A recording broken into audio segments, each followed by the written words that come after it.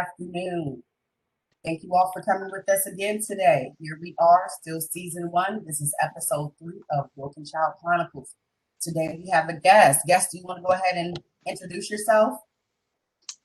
My name is Jay Whitaker, Hampton, Virginia. Pleasure to be here. All right, thank you. Thank you for participating. So, Jay, what does trauma mean to you? Trauma means to me, um, how can I? It's like a unforgettable pain. It's something that you never forget. Definitely, I definitely agree with you. So, when you're talking about your trauma, what type of trauma did you experience? Was it something in your early childhood? Was it something in your adulthood? Was it like a environmental thing or something going on in your home? No, home was pretty cool. I would say environmental. I grew up in. We don't claim Hampton where I'm from. We claim Shell Road, Virginia.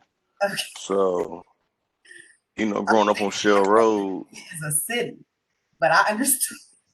Yeah, like we don't like being from Shell Road. We don't even claim the city of Hampton. It's like, nah, we from Shell Road.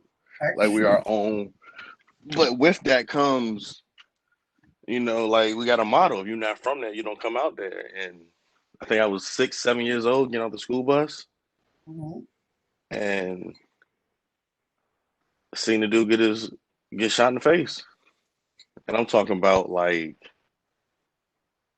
we're coming out the corner store from getting like oatmeal pies or something, Arizona teas, and to see that, I'm talking about to see the gun come out, to see the guy pull the trigger, to see the bullet go in, the bullet come out, to see the man's body go lifeless, to see nobody run, nobody call the cops. And mind you, this is when Centera was right on Victoria. So this is before Centera moved to over there by Coliseum. So this is when Centera was literally a block up.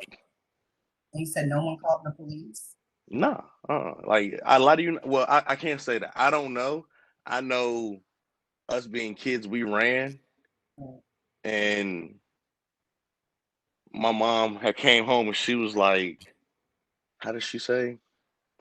She said something going on down at the corner store, but I don't see any cops. Mm. No, So, no, I take that back. I take that back. so Something went on at the corner store, and there was yellow tape, but there was no ambulance. wow, wow. And you said you were 7 years old when this took place? Yeah, yeah, elementary school. Wow. How often do you think about that experience? Every time I'm in a situation, whether it's been me growing up on the parties, me me in big crowds, like especially with my kids now, if I'm in a crowd and I see like something getting rowdy or something going on, my first thought is, all right, where's my gun? Where are my kids? How close am I to the nearest exit? If we're Mhm. out at like PTC or something, how close am I to the car? So would you say You that know? experience has affected you well into your adulthood? Yes, of course, yes. I don't How think anybody can go through a trauma of any magnitude and then not carry on without the proper therapy. So, speaking of therapy, with you going through what you went through, did you seek any counseling or anything like that? Nope. So this is something you've just been dealing with since 7 years old. Yeah, because growing up, and I think that's what I tell my kids now. Even like the kids I coach, like we're taught to just go through it. You're not taught to talk. You're not taught to talking is a form of snitching in society's eyes, and it's wrong. Especially little black boys. We're not taught to cry. We're not taught to feel pain. We're not taught to, you know, No, even learn how to expand on ourselves as far as emotions. so, for you, with not receiving any counseling or anything like that, how did you heal from experiencing and witnessing something like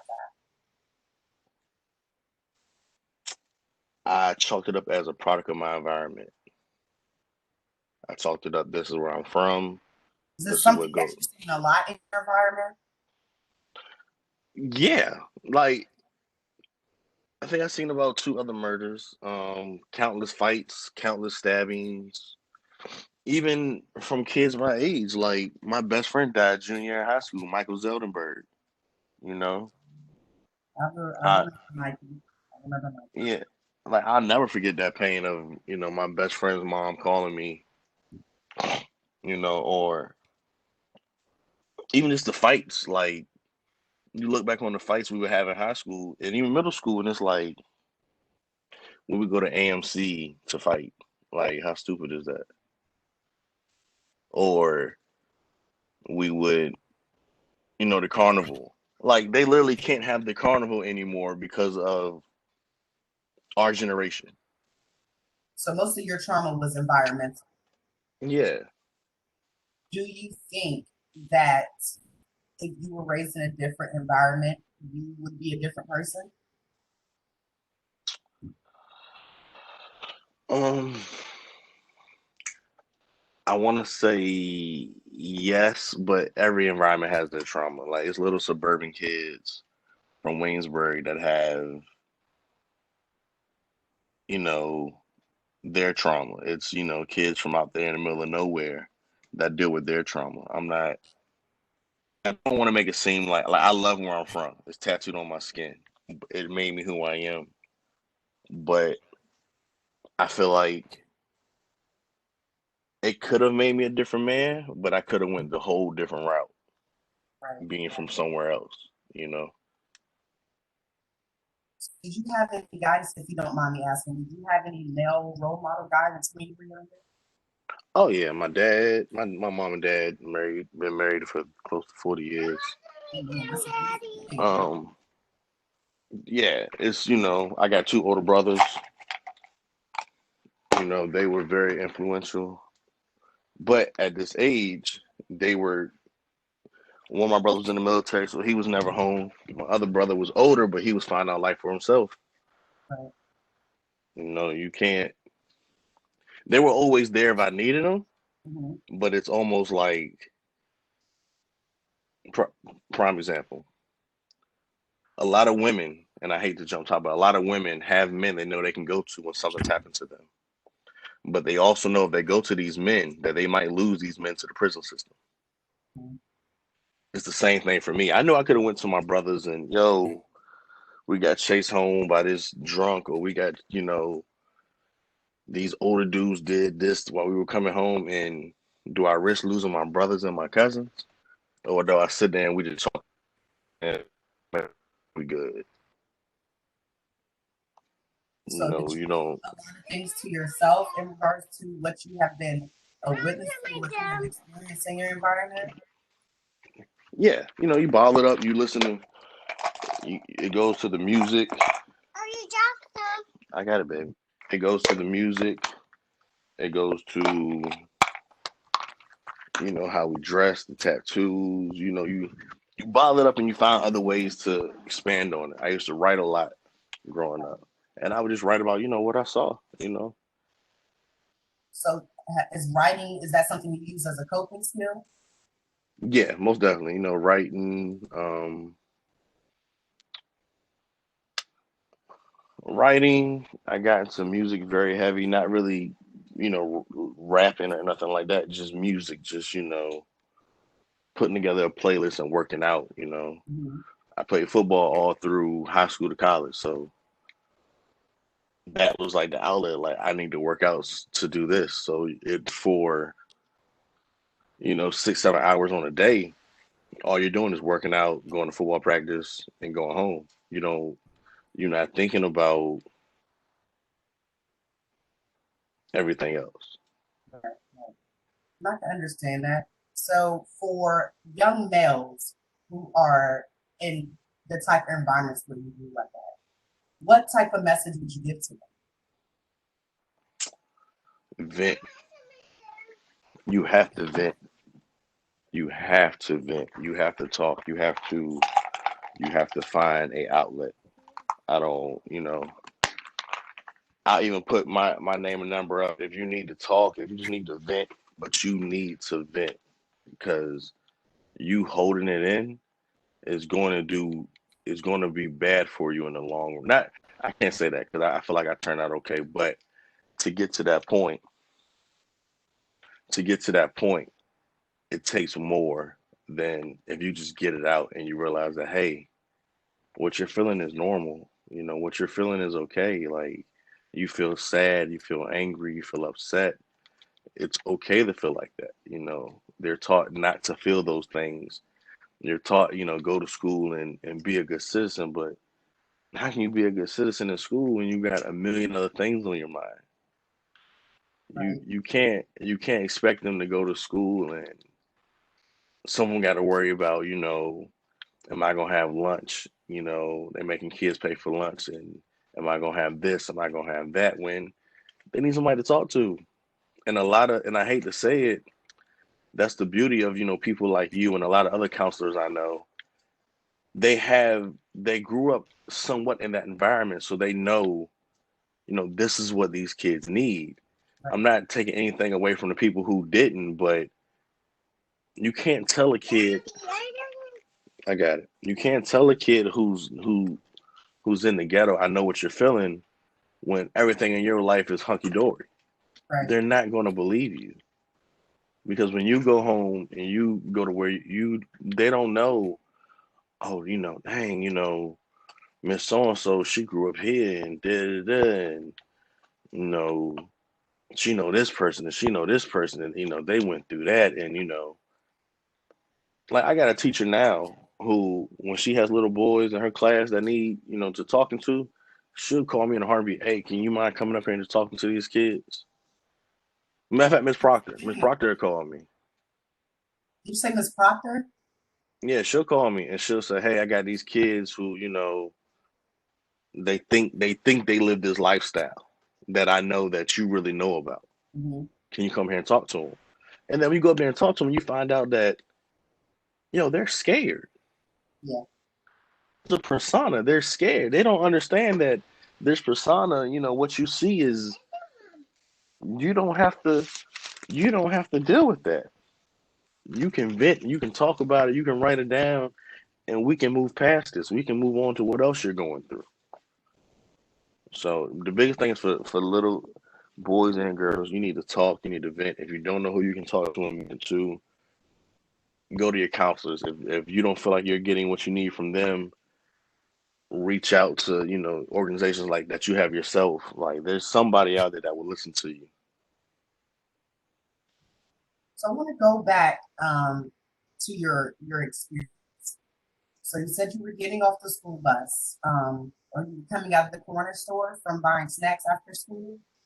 Yeah, we used to always go in there and get little snacks and such. So what was your first initial reaction, your first initial emotion when you seen this guy get shot? I froze. Like I lie to you not. I walked out. I froze, and then it was like it looked like a movie. Yeah. And then my other homeboys who were with me was like, "Come on, Jay, we gotta go." Like, So you guys went ahead and ran home. yeah. And then it's like I hate to say it, but us being kids from that environment, it was almost like we justified with the shooter. Like, oh, he must have owed him some money. Like, no, that should not have been our first thought process at 6, 7 years old.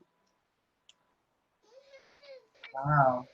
When you think about the nature versus nurture, that is something scary when you get to a point, especially being that young, where death and murder is almost normal.